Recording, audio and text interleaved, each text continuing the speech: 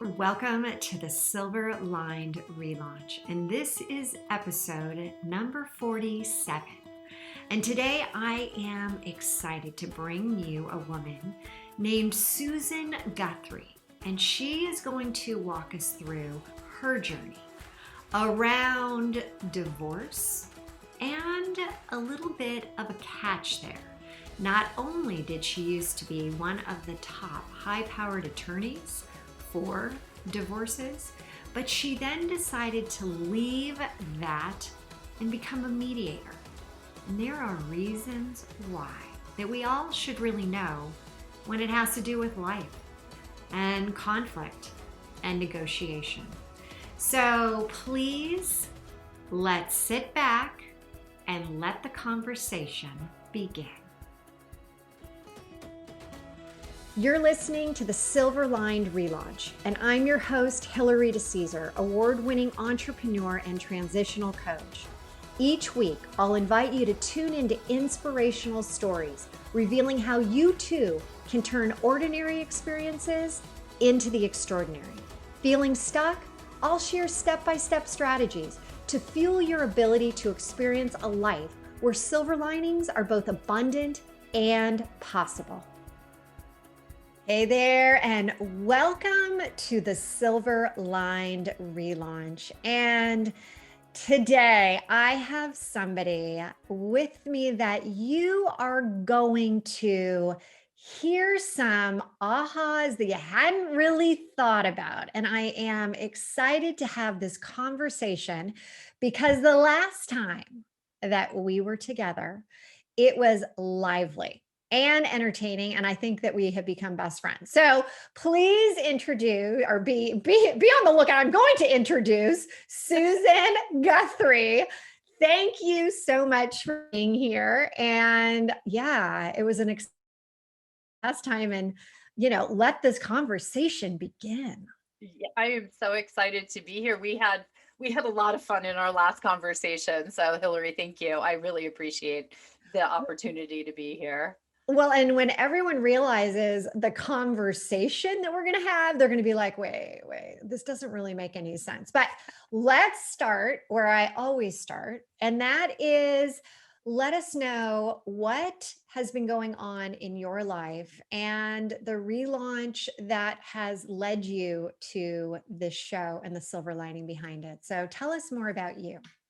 Yeah, what such an interesting way to start, right? I think everybody always has that knee jerk. Oh, I don't want to talk about me, but it's. I love that you said all the aha moments when we talked last time, because I feel like my last 5 or 6 years has been one aha moment after another, one relaunch after another. That was one of the reasons I was so excited to talk to you, and why I think we had such a lively conversation, because those ahas have been, each one's been a relaunch. So I have jumped around from a long-standing career in law into so many different fields in the past 5 or 6 years that it's hard to even imagine. I was talking to a friend actually the other day that knows me from my old law firm days, and he was like, I don't even know who you are anymore, except every time I turn on my, Instagram feed or my LinkedIn or the television, I see you all the time. So it's been a wild ride lately. It sure has. And for those that are just listening and not watching, which you can also go and see this conversation over on YouTube, what Susan is, this beautiful gal. She's got this, bob going. She's got the blonde hair. She's just, she just radiates all of, the goodness out there in the world. But for those that don't know what kind of law and what you do now and how this has all come to be, tell us how it even happened that you got into the type of law you did.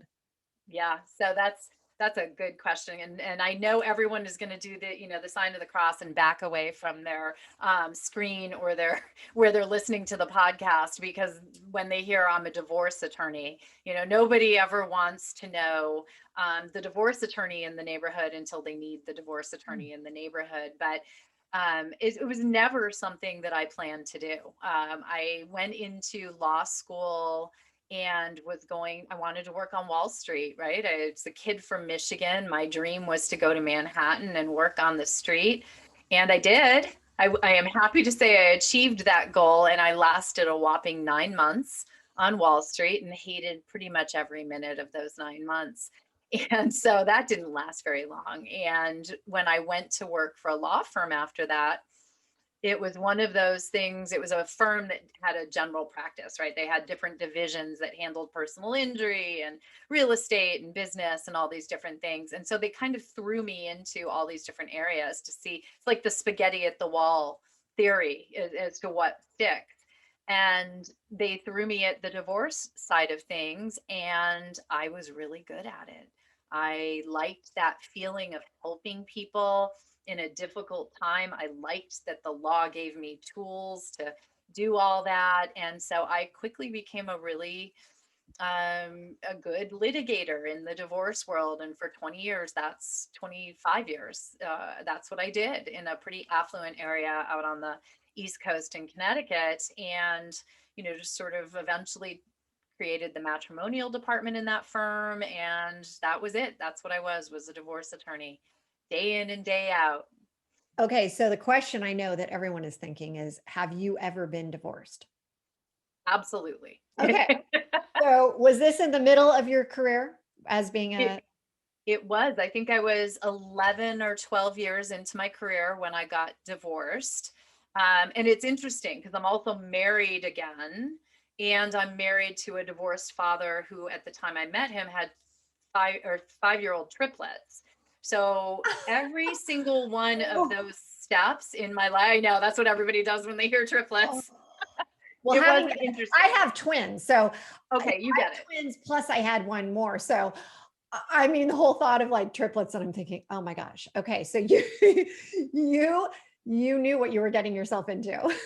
Well, I did and I didn't. I mean, it's an interesting thing, right? You go, because when I got divorced, we didn't have children, my ex-husband and I.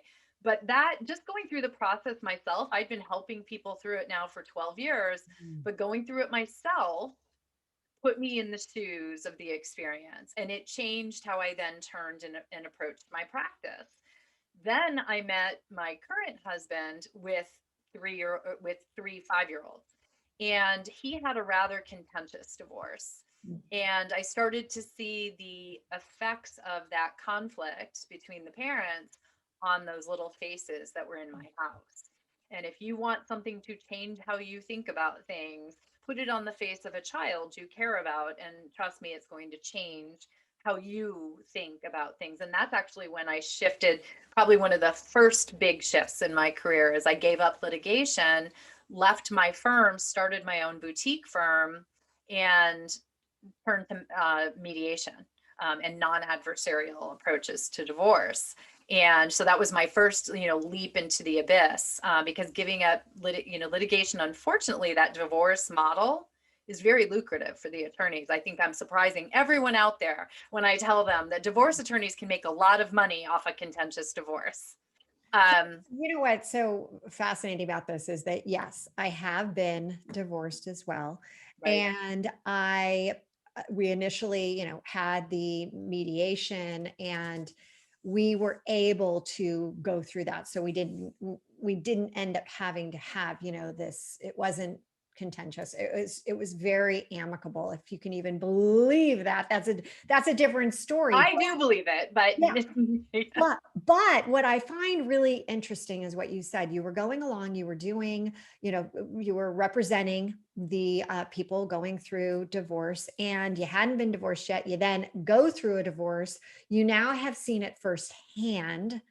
And you've also experienced with your clients the right way, the wrong way.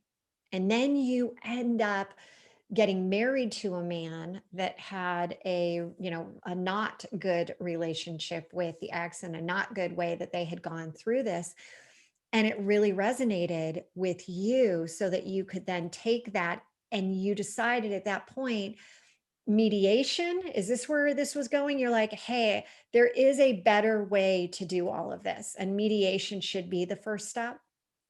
That's exactly where, it was actually really good question, because it just made me think and realize.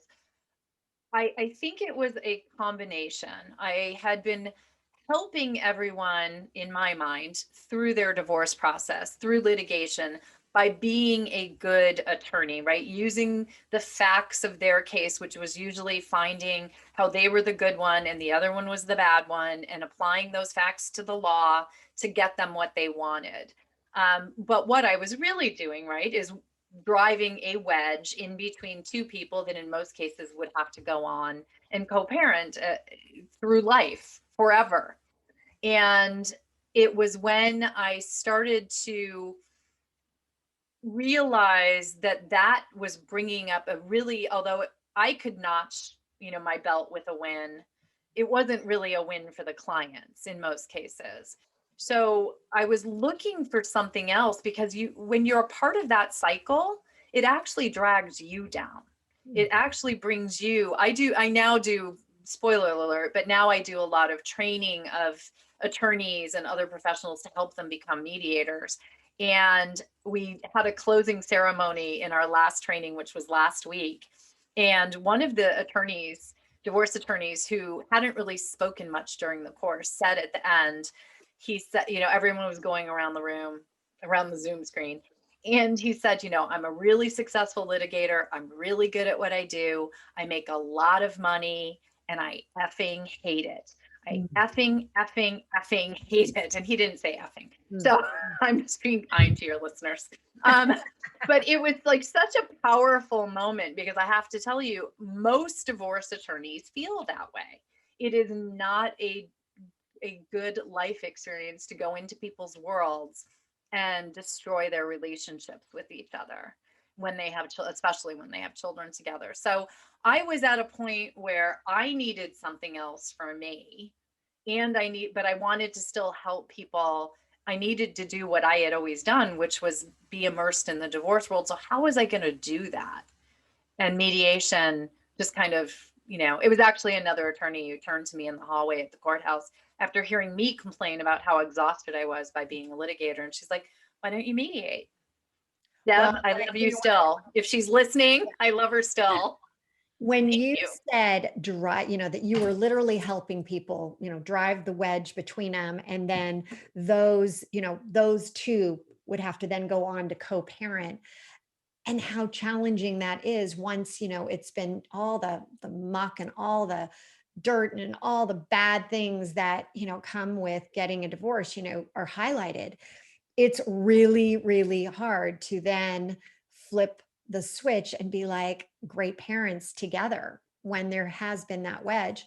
And it sounds like you were in this relaunch where you were trying to figure out, like, how do I keep utilizing my experience, but how do I get to the point where I'm helping people? I'm helping people with the next phase of their lives. And it sounds like you were out of alignment. It sounds like you were really looking to realign with the values, your core values, that you wanted to help people. And what you were doing before was not helping them, it was hurting them. And it was especially hurting those, the kids. Yeah. Yeah. Well, and it's such a great way to put it, right? When your core values are out of alignment. I thought that they were in alignment, and it wasn't really driven home for me, truly home. It started when I went through the divorce process and got that, firsthand experience. But, my ex-husband and I didn't have children. We fought over the dogs like they were children. And we had stuff And to they fight are. over. They are. We had a parenting plan. They went back and forth. It was a good laugh for everyone in the courtroom. But that was the beginning of opening the door. But frankly, you are 100% correct. It's when I looked at those little faces. And so always remember, divorce attorneys, we don't see the children. They are never in the room. We in fact do everything we can to keep them out of the room and out of the process. But they're almost so far out of it, they get forgotten a little bit. They're there. We know they exist. We know Timmy's 8 and Jill is 5, but we don't know those children. And when there were 3 faces in my house showing me what mom and dad yelling at each other over the phone, or whatever that might be, right? Or just a silent drop off, or whatever that might be. It will change you. Mm. And then you realize that you haven't been helping people the same way you thought you were helping them. You are getting them out of the marriage. And that is something that's important for a lot of people. You've been through it, I've been through it. When a marriage is not working, it is a hard thing to get out of that relationship, emotionally, financially, all those things. But yes, so mediation really gave me, it was my first major career change. Well, Wall Street, the divorce attorney was one, but then divorce attorney to divorce mediator was another one.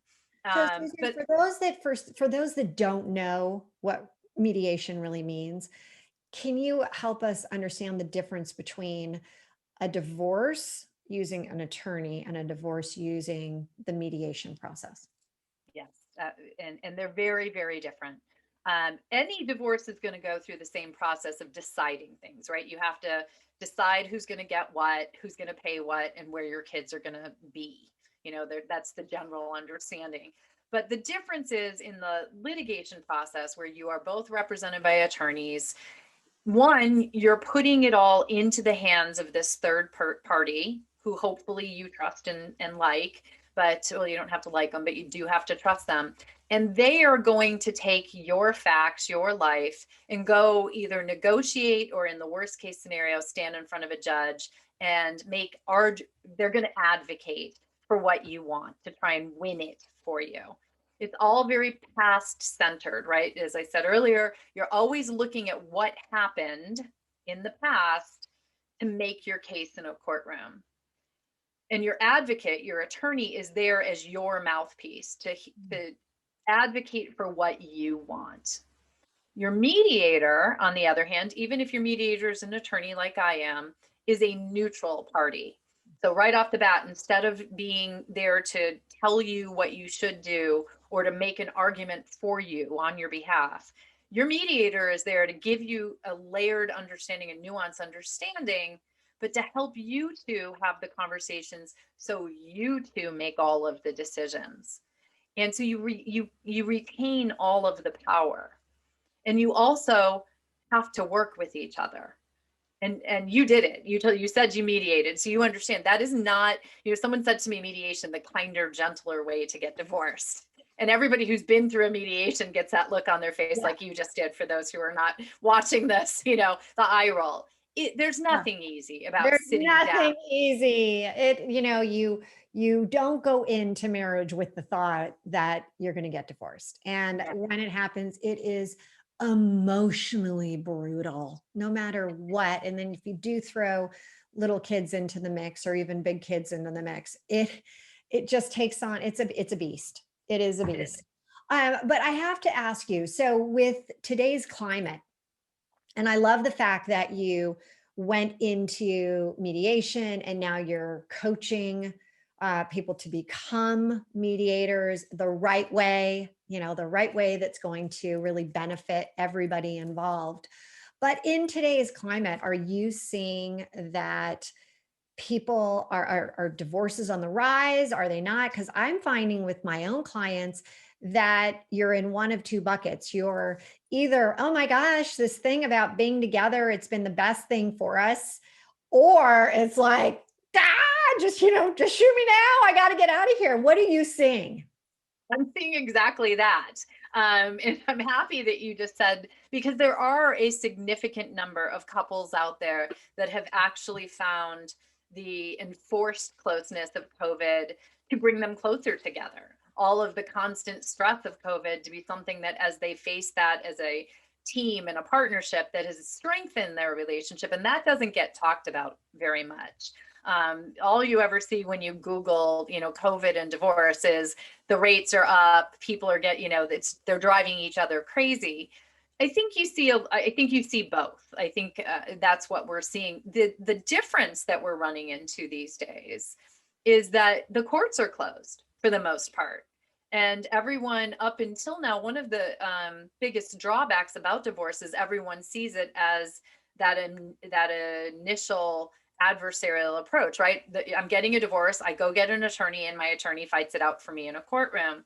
That is still the default. But what's been maybe a silver lining of moving through COVID and divorce, or the process, is that the courts are not available for most people right now. So there is a shift to mediation for those who are thinking about it, because it is available. And in fact, I've been an online mediator for 6 years, not just during COVID, but right now, most mediators have shifted online to be 100% offering their services. So you could be getting divorced and working with your mediator from anywhere around the world and still get through your process. So there's been a positive shift that even if people are going through divorce right now, many more people are approaching it in a mediative or collaborative fashion. So are you finding that when they get on Zoom or whatever system you're using, are people being a little nicer to each other these days because you're not actually in the same room and the energy isn't that, high intensity energy? That's actually one of the biggest benefits of online mediation, virtual mediations. There's actually a neurological response, or less of a neurological response, to conflict when you're doing it through a screen as opposed to when you're in the same room. So, one of the things that makes that sitting in a conference room talking to your soon to be ex about how you're going to divide up your stuff or your time with your children is that you're sitting across the table from each other, and that we all get that, right? You get that where you feel the emotion in a room right in your gut. When it's through a screen, there's actually less of a release of cortisol. Our amygdala doesn't get agitated with our lizard brain, all that psychological stuff, but it's true. So it's actually more tolerable for people to have these conversations through the screen. But trust me, they can still, you said earlier, not throwing tables, or, people still get upset in an online mediation, but they have more distance from it. So have you ever had you're starting down the process of mediation and the couple says, wait a second, we don't want to do this. We want to get back together. Does that ever happen? Happens as a mediator, it has happened to me a number of times. Really? Okay, I love that. So Yeah. tell us a story about this. The way it mostly happens, or at least in my mind, the story I tell myself, is one of the things that is a side benefit of mediation that many people don't realize is, one of the things when your relationship is ending is that your communication usually falters and you usually lose your ability to communicate well. And as you come into mediation, if you have a good mediator, we're not just there to tell you what to talk about and tell you what the law is about your divorce. Part of our job is, we call it, facilitating your conversation. We are there to help you learn new ways of communicating with each other. And if you think about that, so old model, go to your attorney, you tell it to your attorney, and your attorney calls the other attorney, not a great communication model for going forward.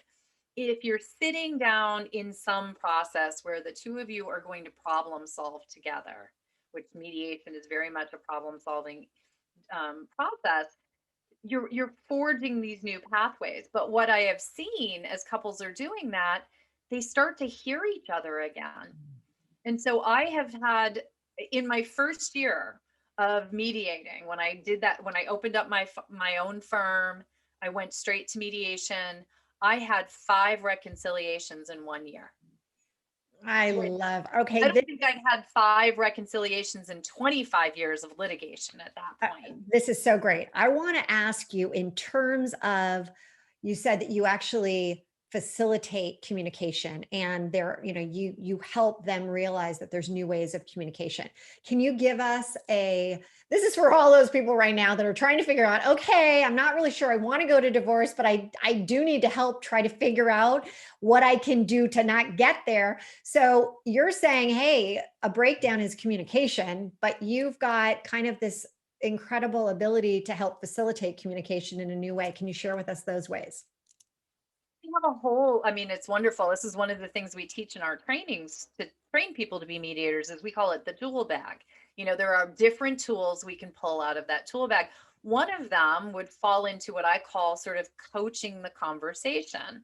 So one of the misunderstandings about mediation is that you're always together in the same room with your mediator. And that's not true. Sometimes where if I see a couple is having a hard time around a topic, I might suggest that we break into separate breakout rooms. And I will go talk to one party and we start talking about, in negotiation, there's always a theory of um, taking people away from stated positions and looking to what their interests are, like not what you want, but why you want it. And then the next part of my conversation with that person would be, now, if you were going to let your spouse know, how would you tell him about this? Or how might you broach this? Well, around the why. they always almost start with the what. I want this. Yep. And I'm like, so if your spouse were to come into the room and say to you, I want this, what do you think your response would be? And we will go through that and we will actually model a conversation.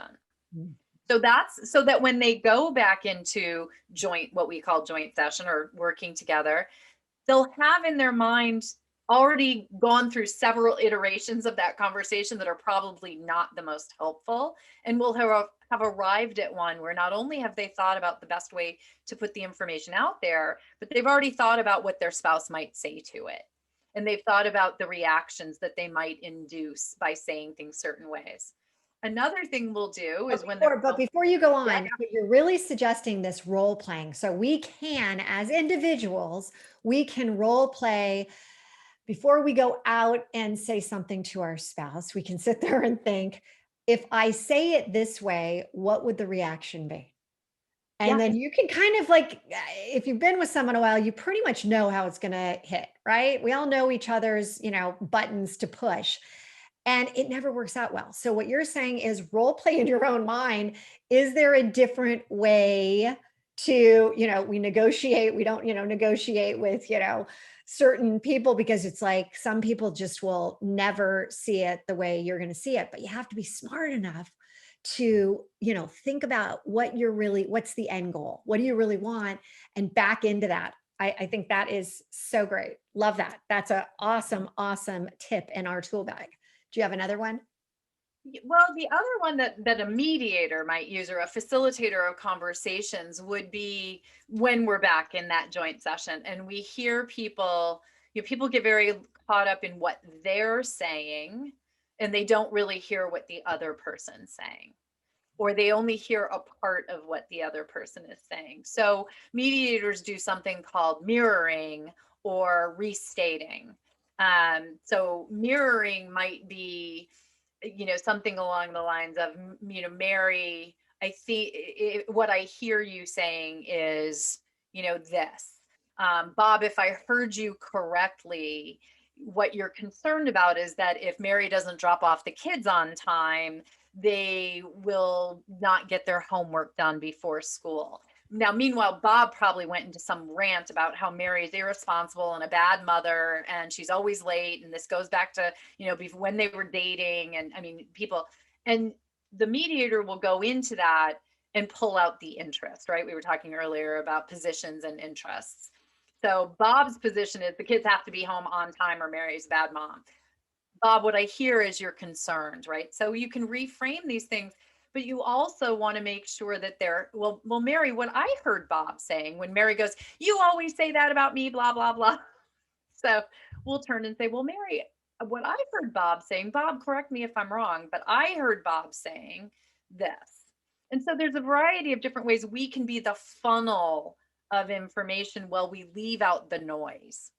Okay, what you're doing is sales 101 and 201. It is how to build rapport with someone, how to, get into a room and, win with the right negotiation, so you both come out feeling like you won.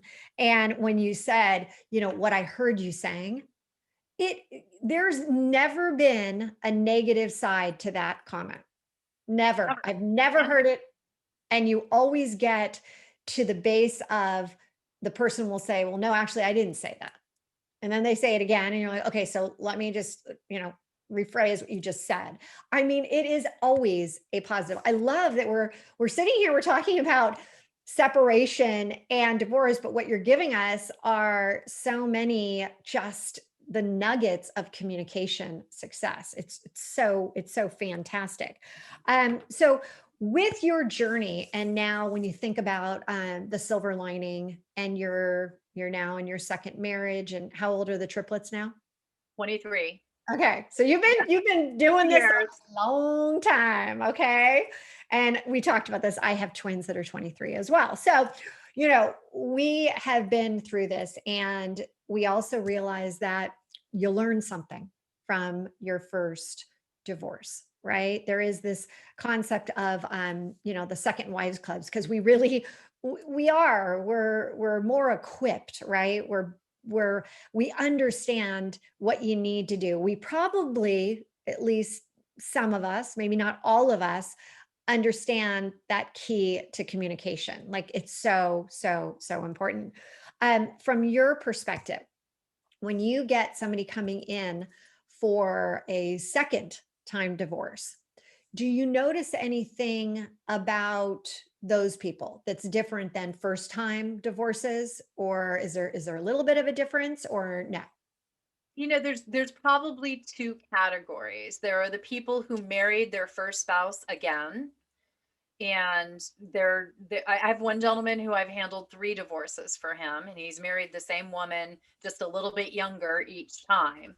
Um, He's never learned from his Yeah. mistakes now. My husband calls him the eternal optimist, and but because what he does and what he is, and now he's on his 4th girlfriend, fiance, and who will probably be the next missus. Um, he he sees the position as kind of a hole under his arm, that when one peg slides out, there's a new one to fit in, and he doesn't go for 5 minutes without someone in that position, without any of that layer of understanding of why he keeps repeating the same Mm. thing over and over again.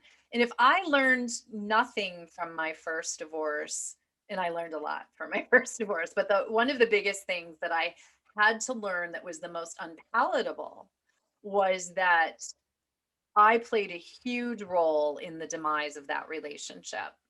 I did a lot of things wrong. And I fell into the category during the divorce of, he's a narcissist, he's the worst, it's all his fault. Poor me, victim mental. I mean, every mistake you can make, everything I've seen people do. But then I went for 3 or 4 years before I even met my current husband, where I was pretty single in my early 30s. And I had to wake up. I had to really face my role. And as I say to my current husband, who is the light of my life, he would never have married that person that was married to my first husband. He would not have liked her one bit. And if I hadn't gone through that, I mean, my first husband was not an angel. We both played our role. But on the outside, he was all the good looking, rich, investment banker, all the flash and everything, but we had no depth to our relationship. And my current husband has a lot of those positives that the outside world might think are positive, but I don't care about those, because his inner stuff is so much more important. But I don't think I would have also seen it or valued it the way that I do had I not learned from that first one. So I look at that first experience, and I have a good relationship with my ex-husband now. He's hysterical. He sends me clients. He talks about, I've got a new girlfriend. You've got to help her through her divorce. I'm like, when he got divorced for the next time, he's like, can you be my divorce attorney? I was like, no, that's not how this works. But, it's one of those things in my life. And I think this would be for the relaunch, people relaunching out there in the world, is the best things in my life have come from the worst things in my life. And the ability to look back at them and own my own side of the street. And if I've learned nothing else in my 50 or so years, that's been my biggest lesson. And it keeps slapping me in the face every 5 minutes, by the way. So don't think you ever get where you've learned it all. But it's definitely that difference. And I see that in people who come through the door. I've got some people who are just reliving their first marriage over and over. And I see people who have truly moved into just the most wonderful relationships ever in their second marriages.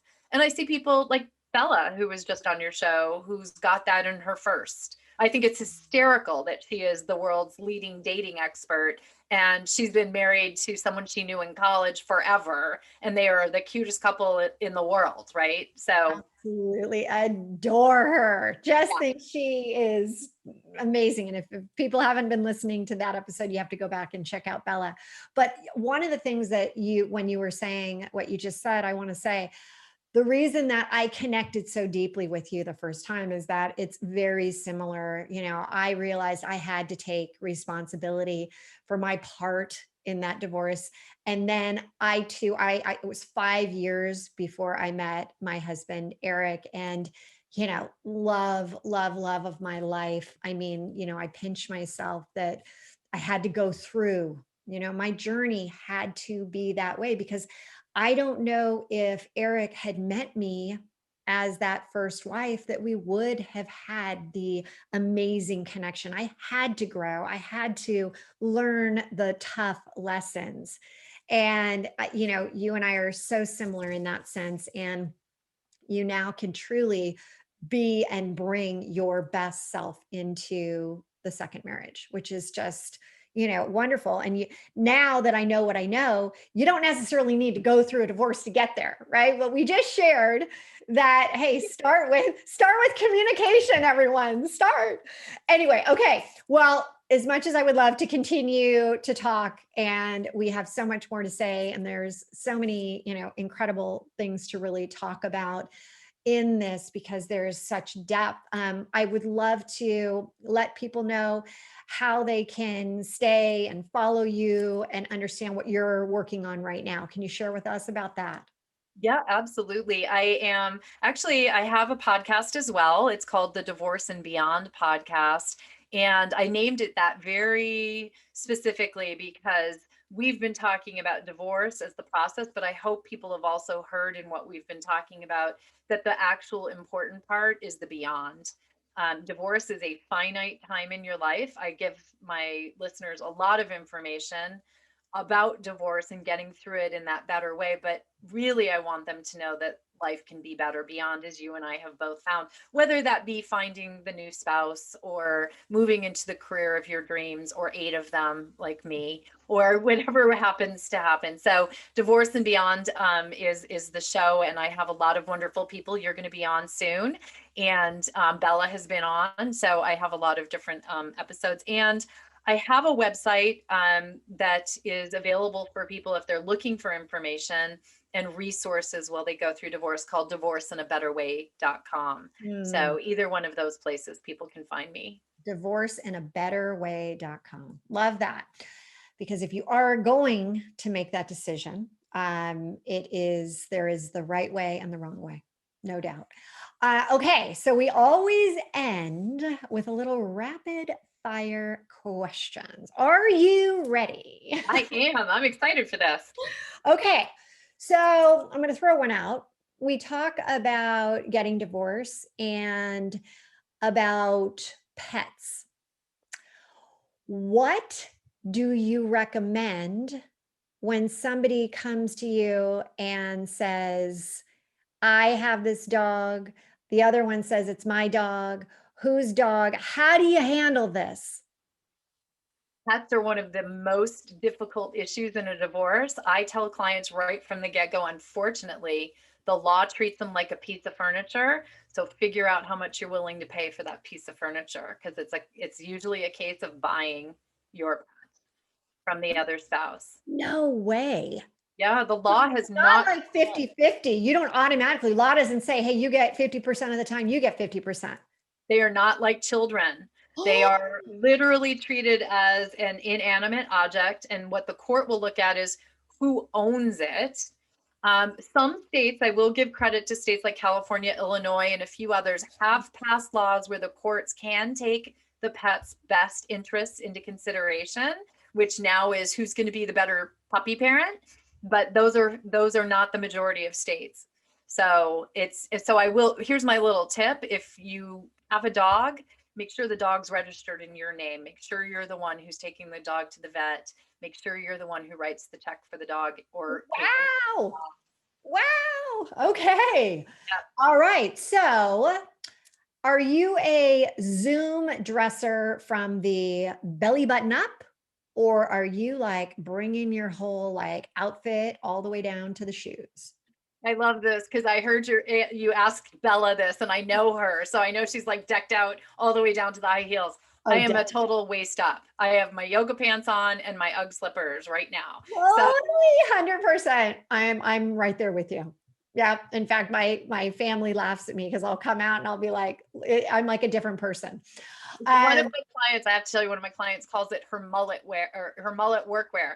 Business on top, party on the bottom. So. Oh, I love that. That's so good. Okay. So what is your favorite beauty product and the name of it? And I would say the name of it is partially why it's one of my favorite products. It's Charlotte Tilbury's Magic Night Cream. And I tell you, first of all, it smells like you want to eat it, but don't, because it's a little too expensive for snacking on. But it is honestly, it's like the only night cream I've ever had that I like feel like I look better in the morning when I wake up. It is magic. Okay. And this is coming from a woman in Chicago that today it's negative 20 degrees. So we're talking, she knows her cream. You are 100% correct. She knows it. So let me tell you. And yes, I have used the brand and I love the brand as well. I haven't tried the cream, so I will become a fan as well. Okay.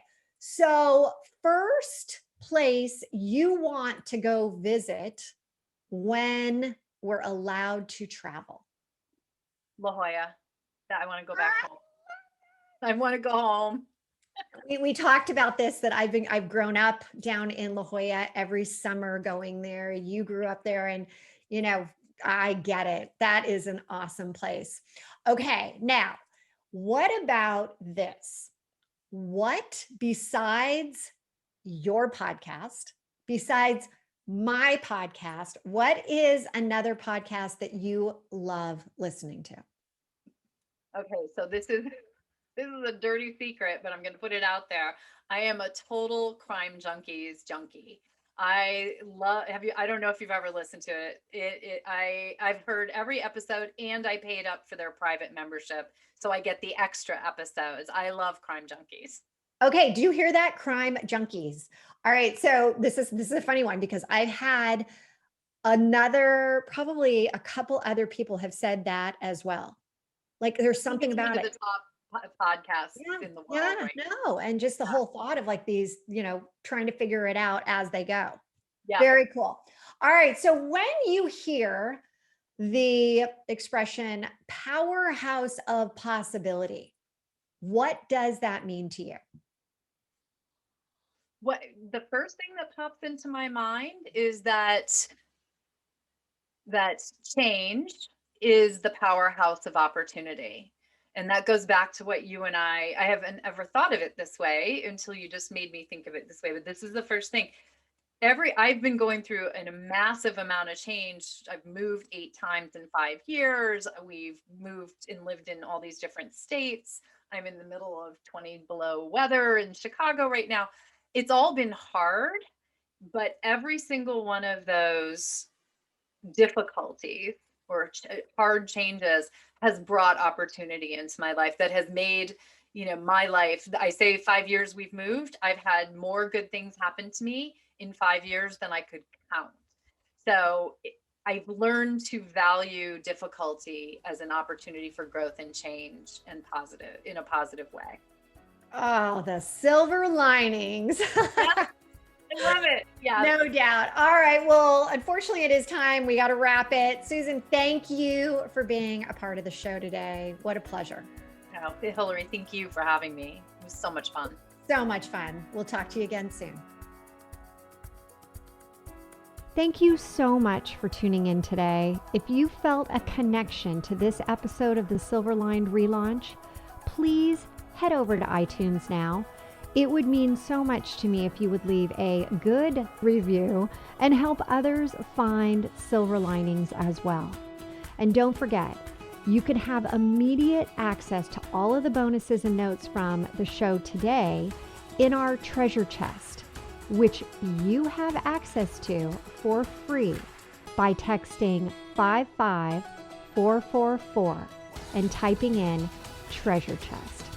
Or you could go to our private Facebook group, The Relaunch Effect, Living a Life You Love. Together we've hit the reset button for you, turning your transitions into a transformation.